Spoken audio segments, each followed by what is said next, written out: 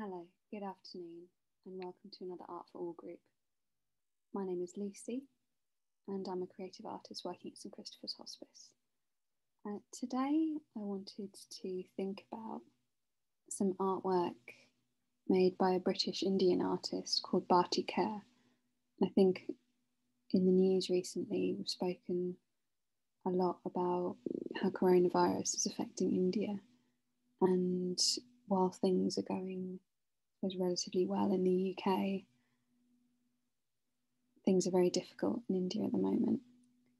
And I think we've been hearing about what could the government have done more, what could different people have done differently. And I wanted to look at Bharti Kher's art because I think it maybe gives us some perspective on maybe the scale of pandemics and just the scale of things in a country that is as large as India.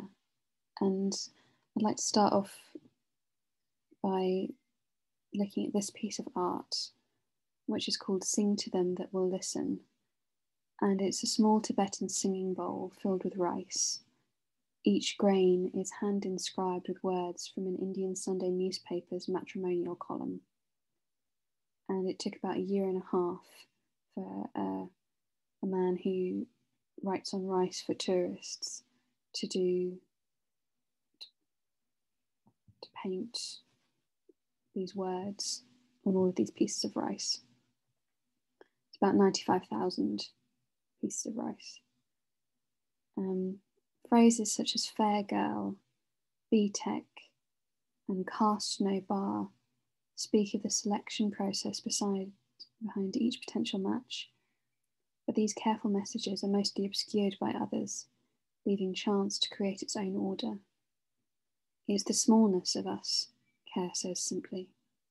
All that angst about who and where and colour and if your teeth are good, when in the galaxy we're just a grain of sand. And maybe there's a way of thinking about it that would be in the pompous tone of a critic. It's an anthropological study of the entire Indian subcontinent in a bowl of rice. So she's jokingly reducing the Indian subcontinent to a bowl of rice, so playing off colonial stereotypes, but also this bowl encompasses so many people's hopes and dreams, and every single grain of rice there's somebody hoping to get married and to find love, and with imagination. And I have a close-up of these, so you can see, please send, dental surgeon, please.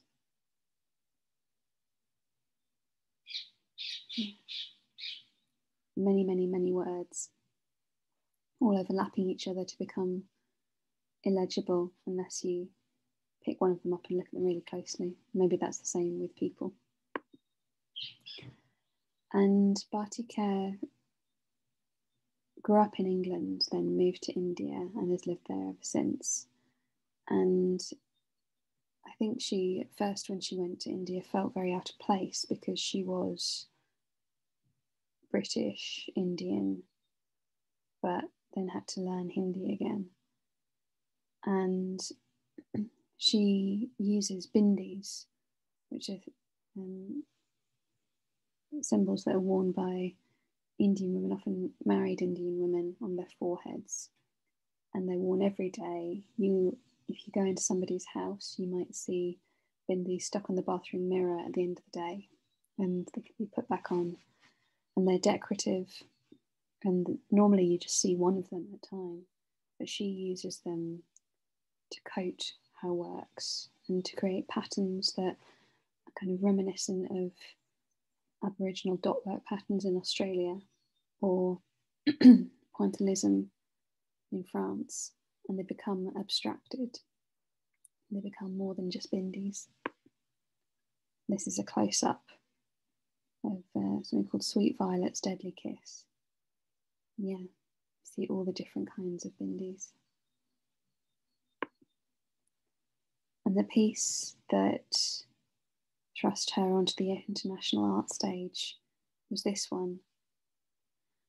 And it's called The Skin Speaks a Language Not Its Own. And it's a life-size female elephant slumped, either dead or sleeping on the ground. And her skin is an intricate patina of sperm-shaped bindis. One of 3 existing versions of the sculpture was sold for just under £1 million at Sotheby's in 2010. Kher says, "I'd been thinking about making an elephant for a long time, but I was cautious about the cliche of it. But the piece has become iconic. It's loaded with different interpretations, from India's cultural exhaustion to its inner rise to dominance." This is a close-up. You can see the scale. So Bharti Kher deals with the very, very large and the very, very small. And I suppose where we as humans fit into big global systems, and whether it's possible for us to step back and see the whole. So to end with, I'd like to invite you in art projects that you might do at home to consider these questions, because maybe that's what art is about. It's about asking questions rather than giving answers. And Bharti Kher is well known for using colourful stick-on bindis to make her work. Is there a found object or logo that could be used as a symbol to represent power for you? The second question, what is more valuable, the process of art making or the product, the end image? And thirdly and lastly, what are the differences between monuments and sculptures?